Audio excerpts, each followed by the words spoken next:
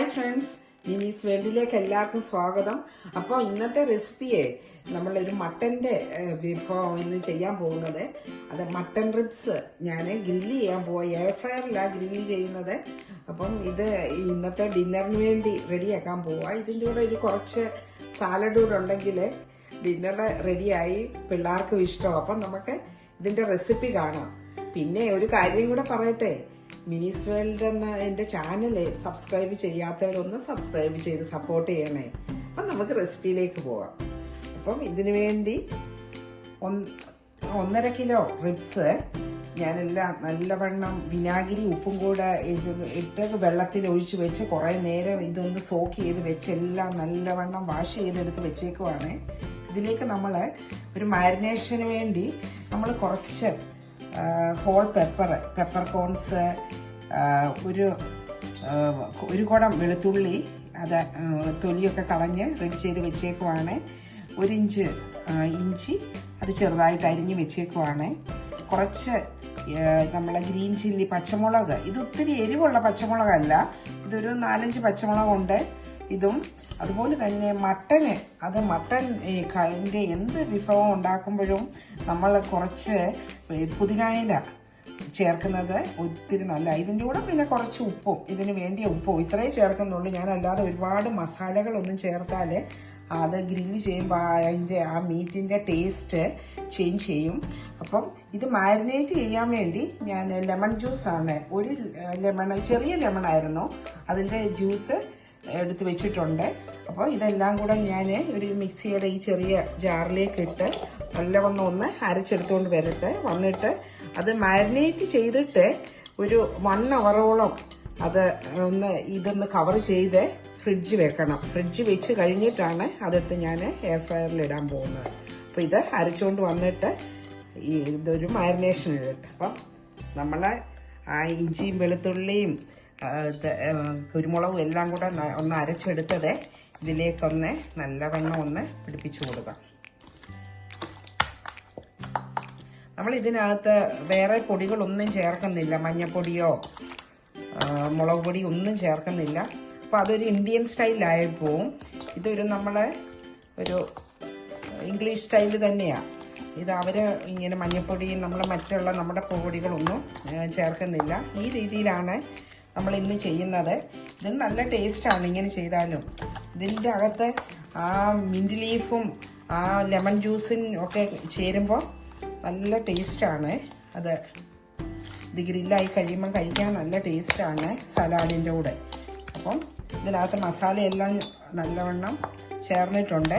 ഇനി ഇതൊരു 1 അവറോളം 1 മണിക്കൂർ തൊട്ട് 2 മണിക്കൂർ വരെ നമുക്കിത് വെക്കാം റെസ്റ്റ് ചെയ്യാൻ. പക്ഷേ ഇപ്പം ഞാൻ 1 മണിക്കൂറേ ചെയ്യുന്നുള്ളൂ.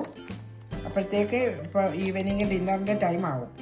അപ്പോൾ ഞാൻ 1 മണിക്കൂറിനേക്ക് ഇതൊന്ന് അടച്ച് ഫ്രിഡ്ജ് വെക്കട്ടെ. നമ്മൾ ഈ മട്ടൺ റിബ്സ് ഇപ്പം ഇത് മാരിനേറ്റ് ചെയ്ത് വെച്ചിട്ട് ഇപ്പോൾ ഏകദേശം 1.5 മണിക്കൂറോളമായി.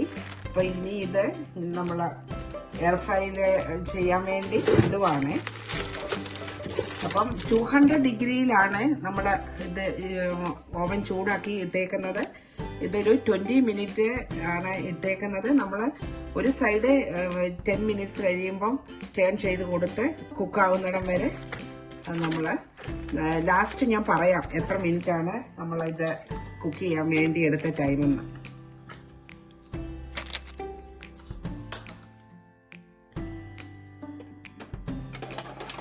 ഇപ്പം നമ്മൾ എയർ ഫ്രയർ ഓൺ ചെയ്തിട്ട് 10 മിനിറ്റ് കഴിഞ്ഞു. അപ്പം നമുക്കൊന്ന് ടേൺ ചെയ്ത് കൊടുക്കാം. അപ്പം ഒരു സൈഡ് ഏകദേശമൊക്കെ ആയി വരുന്നുണ്ട്. അപ്പം നമുക്ക് ടേൺ ചെയ്ത് കൊടുക്കാം. ഇത് കമ്പും കോലും ഒക്കെ പോലെ തിരിണ്ടിരിക്കുന്നതുകൊണ്ട് ഒരുപാട് പീസുകൾ വെക്കത്തില്ല. പക്ഷെ ആ ഉള്ള മീറ്റ് കുക്ക് ചെയ്ത് കഴിയുമ്പം ഭയങ്കര അടിപൊളി ടേസ്റ്റാണ്. ഇങ്ങനെ ഗ്രില്ല് ചെയ്ത് കഴിയുമ്പം ഇവിടെ കഴിഞ്ഞ ഒരു ദിവസം ഇങ്ങനെ വെച്ചായിരുന്നു. അപ്പം ഒരുപാട് ഇഷ്ടപ്പെട്ടു അതുകൊണ്ടാണ് പിന്നെ ഞാൻ ഇന്ന് ഒന്നുകൂടെ ചെയ്യുന്നത്. അപ്പോഴാണ് ഞാൻ ഓർത്തത് നിങ്ങളെ കൂടെ കാണിച്ചു തരാം. നാട്ടിലുള്ളവർക്കാണെങ്കിലും ഇതുപോലെ നമ്മൾ മീറ്റ് വാങ്ങിച്ചുകൊണ്ട് വരുമ്പം ഇറച്ചിക്കടയിൽ നിന്ന് നമുക്ക് കുറച്ച് എല്ലൂടെ ഇങ്ങനെ ഇറച്ചിയും കൂടെ ഉള്ള റിബ്സും മാത്രം സെപ്പറേറ്റ് വാങ്ങിച്ചെടുത്തിട്ട് നമുക്ക് ഇങ്ങനെ ഒരു മാരിനേഷൻ കൊടുത്ത് നിങ്ങളൊന്ന് ട്രൈ ചെയ്ത് നോക്കണം. നല്ല ടേസ്റ്റാണ്. പിന്നെ ഓരോ ഓവൻ്റെ കുക്കിംഗ് ചെയ്യുന്ന ടൈമൊക്കെ ഡിഫറെൻ്റ് ആയിരിക്കും. നിങ്ങളത് അനുസരിച്ച് നിങ്ങൾ അത് കുക്കായോ എന്ന് നോക്കി വേണം ഉപയോഗിക്കാനേ ഉള്ളൂ. ഇപ്പോൾ ഇനി ഞാൻ അടുത്ത 10 മിനിറ്റ് കൂടെ ഞാനിത് വെച്ച് ഓൺ ചെയ്ത് കൊടുക്കട്ടെ. നമ്മളുടെ മട്ടൺ റിബ്സൊക്കെ റെഡിയായിരിപ്പുണ്ട്. ഞാൻ ആ കുരുമുളകും ആ നാരങ്ങാനീരും അതുപോലെ ആ മിൻറ്റ് ലീഫൊക്കെ അരച്ച് ചേർത്തുകൊണ്ട് അത് കുക്കായി വന്നപ്പോൾ ഭയങ്കര ടേസ്റ്റാണ്. നല്ല അടിപൊളി ഒരു മാരിനേഷനാണ് അത്. ഒരുപാട് മുളക് പൊടിയും മല്ലിപ്പൊടിയും ഗരം മസാലയും ഒന്നും ഇടേണ്ട കാര്യമില്ല. മട്ടൺ റിബ്സ് ഇങ്ങനെ നമ്മൾ എയർ ഫ്രയറിൽ ഗ്രില്ല് ചെയ്യുമ്പോൾ നല്ല ടേസ്റ്റാണ്. മക്കൾക്കൊക്കെ നല്ലതായിട്ട് ഇഷ്ടപ്പെടും. ഇത് ആക്ച്വലി ഫോർക്കും നൈഫും ഒന്നും ഉപയോഗിച്ചല്ല കഴിക്കേണ്ടത്. അതിൽ നിന്ന് ഒരുപാട് ഫ്രഷ് ഒന്നുമില്ല അങ്ങനെ കട്ട് ചെയ്ത് ഇത് കൈവച്ച് തന്നെ എടുത്ത് ഇങ്ങനെ കടിച്ച് കഴിക്കുവാണ്.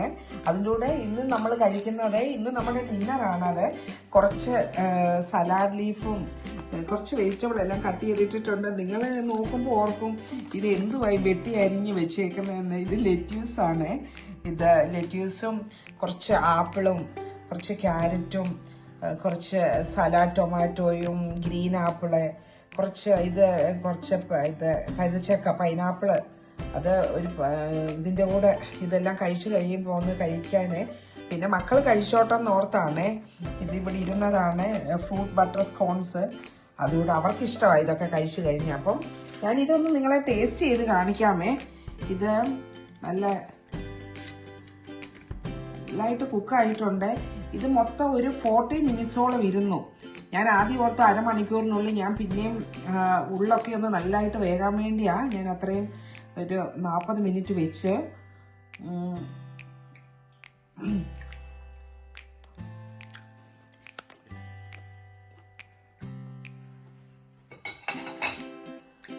ഞാൻ ഓൾറെഡി ഒന്ന് ടേസ്റ്റ് നോക്കിയത്, എന്നാലും നല്ല അടിപൊളി ടേസ്റ്റുവാ.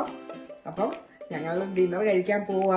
നിങ്ങൾക്ക് എല്ലാവർക്കും ഇത് ഈ ഈസി മാരിനേഷനും ഈ ഇത് മട്ടൺ റിബ്സോ അല്ലെ പോർക്ക് റിബ്സോ ഒക്കെ ഇതേ സെയിം മാരിനേഷനിൽ നിങ്ങൾക്ക് എയർ ഫ്രയറിൽ കുക്ക് ചെയ്തെടുക്കാം.